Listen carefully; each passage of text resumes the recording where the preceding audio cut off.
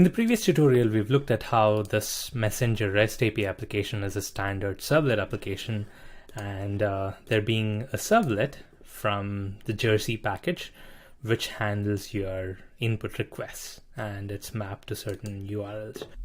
Now the question is, what happens when the request comes in? Now Jersey has identified the URL up to the resource name. Now what does it do after that? How does Jersey know what to do with that request? The thing is, Jersey doesn't really know what to do with that request. The servlet that is configured in the web.xml is kind of like the starting point. After that, to handle a resource request, Jersey kind of expects there to be some code that you've written so that it hands over the responsibility of handling that request to you, right? To your code. So think about this for a minute. So this is like the URL for the API, right? This is what we saw. So this is the URL for the API. Anything onwards is going to be resources. So let's take our Messenger application. So we would have a resource called messages / something, right? It's the message ID. So this is one valid resource URL. And there's also comments / the comment ID, which is another resource URL. And then you have profiles, which is a collection resource. And then you have the profile ID, which is another URL. So all these are different URLs, and the thing that all of these have in common is this particular thing which you've already seen. But now each one of these URLs point to a particular resource, and that resource has specific logic that you would need, right? So this cannot be abstracted out. This is not something common. It is application specific. What happens when somebody does a GET request to /profiles /Kaushik? Well, that depends on the implementation. You would want to write that code. So that's what Jersey does as well. So any resource request that comes in is actually handled by a class that you write, right? So to handle a resource, what you write are classes called resources, okay? So if you expand the src main Java, you have in the org Kaushik Java Brains package, you have something called myresource.java. This is the standard class that came bundled with the project template that we used, right? So you remember when we did my resource, we got this response, got it, right? So this was a resource that was bundled in the project itself, and we made a GET request to it. We got a text response. Now this is the class which is handling that request, right? So Jersey servlet looks for classes like this to handle a request. There's only one resource in this project right now, so let's open that up. Now I could talk about what this class actually does and what's going on here, but that's not all that exciting. It's actually much more fun to write code than to read somebody else's code, and I hope you agree. So I'm going to set this class aside, and we're going to create a new class. We're going to create our own resource handler, and we'll have a test method, and we'll handle a request, and we'll learn what it takes to create a resource from the scratch. So what this does is this, pre-built my resource URL, right? So we're going to create our own resource URL called messages. We talked about the API for our Messenger application, and one of the first resources would be messages. So let's build a class which handles that. Right now, if I access messages, I get nothing, right? I get a 404 because there's nothing to handle this resource URL.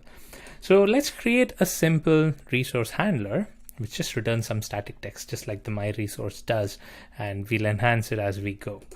So how do we create this? How do we create a new message resource URL and a handler for it?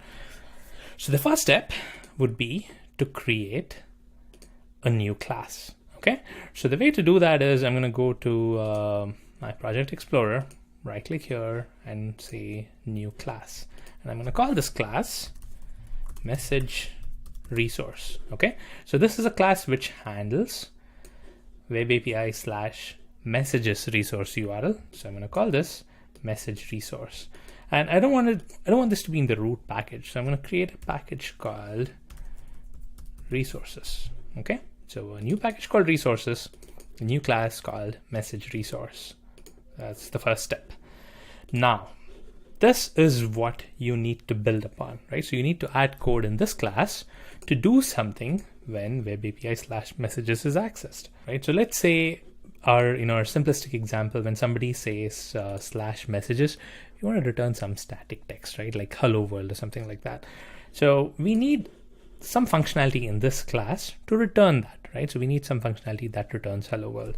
So let's go ahead and build that, right? So I'm going to do a public string. I'm going to return a string, get messages. The method name really doesn't matter. I'm just calling it get messages because we are getting messages.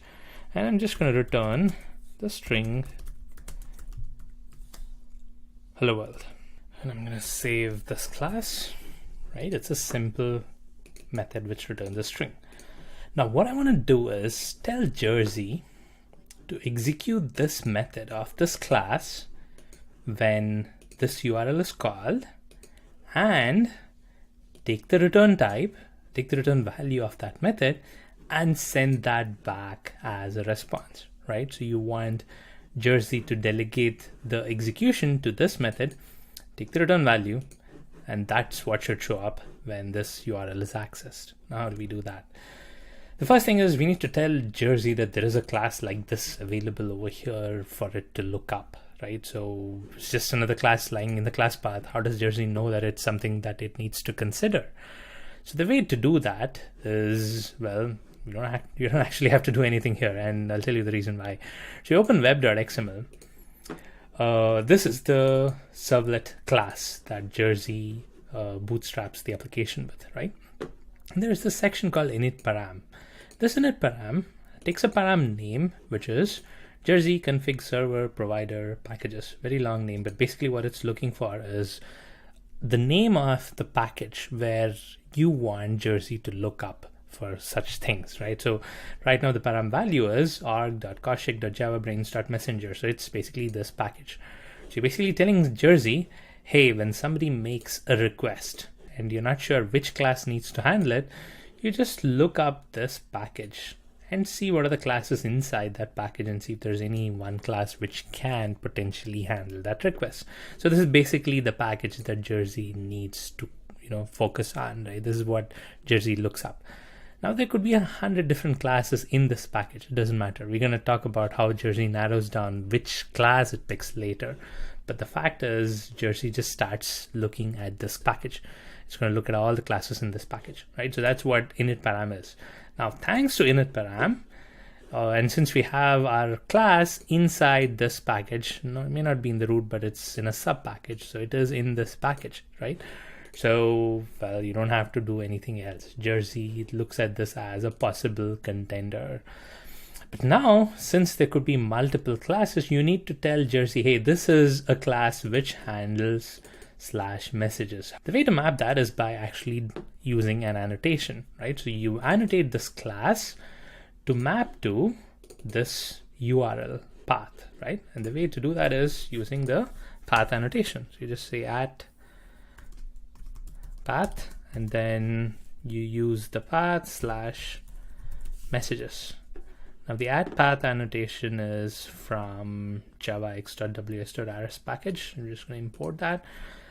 And now this class is annotated with at path and this path. So whenever there is a /messages that's called, what Jersey does is it looks up for all the classes in this package, which has the add path annotation of /messages, which is the path that it's trying to match. And as long as it finds that, it says, hey, I got the class. Okay, so it's narrowed down to the class. But now, how do you make it execute this particular method? Because honestly, there could be a whole lot of methods in this single class. Now, how do you narrow it down to one method? And that's not the only problem, right? So even here, this URL, of course, we mapped the URL, but then there could be a GET request to this URL. There could be a POST request to this URL. So there are multiple HTTP methods that could be sent to this URL. And there could be multiple class methods over here. So what Jersey provides is a way to map an HTTP method, if it's a GET or a POST or whatever, to a Java method in this class, right? So we've now mapped a URL to a class. Now we're going to map an HTTP method to a Java method. I hope that makes sense. So now what we are mapping is a GET request, right? So when a GET request is made to this URL, you want one particular method, Java method, to get called. So the way to map a GET request to this method is to simply use another annotation called GET. This is GT all caps. Again, this is from the same package. I'm just going to import that. So now we have the second level of mapping, right? So the URL maps to the class, and the HTTP method that's used on this URL maps to the Java method, right? You could easily do a at post for another method, right? So there could be one more method, public, whatever, and then there's a post method executed on this URL.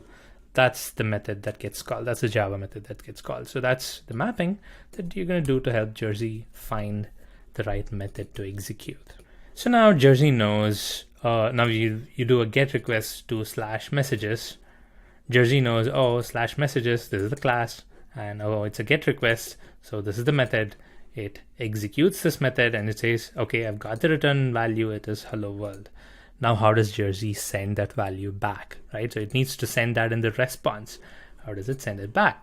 It needs one other piece of information. It wants to know what's the format that it needs to send this value in, okay? It needs to know the return format.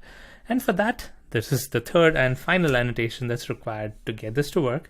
It is the @produces annotation.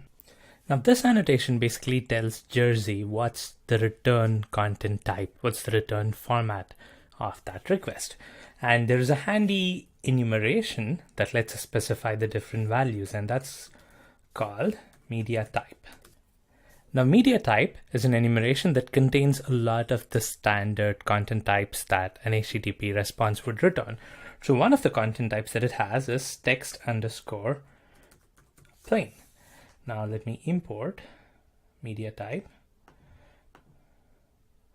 Now text_plain is basically an indicator that the response is plain text. We have other content types as well, like application XML, application JSON. We have a whole lot of stuff. But what we are interested in is text plain, since we're returning just simple text. Now this is the third annotation. With this, we are finally done. Now we have a message resource class, which has three annotations. The first one is a path. The second one is the HTTP method. Here it's a get. And the third one is produces. Now with this three, we are finally ready. And now when there is a request to /messages, this should return hello world in plain text response. So let's test that out. Okay, so I have my browser open and I'm going to access the URL localhost 8080 messenger web API messages. Now if I hit enter, there you see hello world being printed. So there you go. You've created your first resource called message resource, which accepts a request for a particular resource URL and returns plain text. Now, if you happen to look at the existing myResource class, well, things should look very familiar now. You do see the same path annotation. You have the get annotation and then the produces annotation. Even this one has annotated with the media type .textPlain to return plain text. So with this, we have a basic resource handler ready. And in the next tutorial, we're going to enhance this a bit. Right now it's returning plain text. We're going to enhance it to return an actual list of messages. See you in the next tutorial, and thanks for watching.